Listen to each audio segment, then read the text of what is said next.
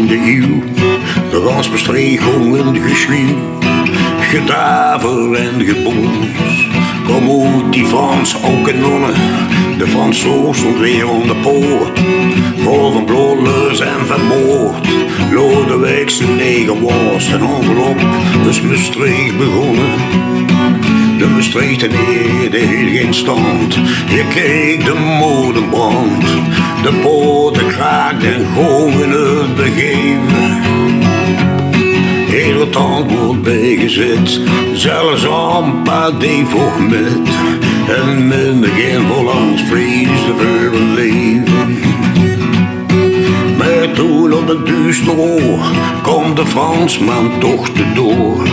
Deze stad, kom in Lodewijk aan.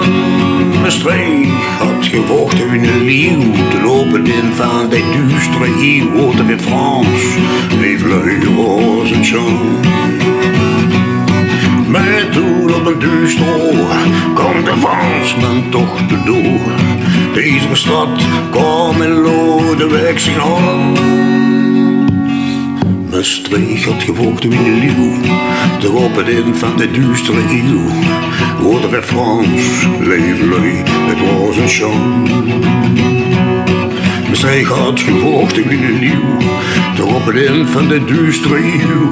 Worden weer Frans, leven lui, het was een chant. Ja, leven lui, het was een chant.